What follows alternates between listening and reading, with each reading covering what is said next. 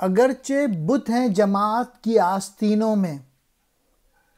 مجھے ہے حکم ازاں لا الہ الا اللہ۔ علامہ اقبال کہہ رہے ہیں کہ قوم کے افراد نے اپنی آستینوں میں غیر اسلامی تہذیب و تمدن، رنگ، نسل، فرقہ بندی، وطن پرستی اور کئی قسم کے بت چھپائے ہوئے ہیں جو کہ دین اسلام کے خلاف ہیں۔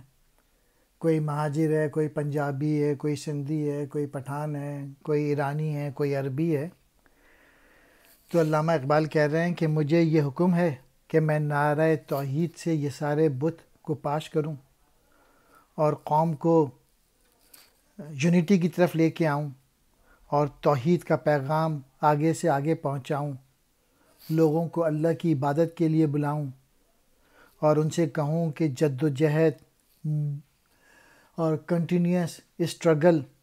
یہی مسلمانوں کی چیز جو کہ تقدیر بدل سکتی ہے۔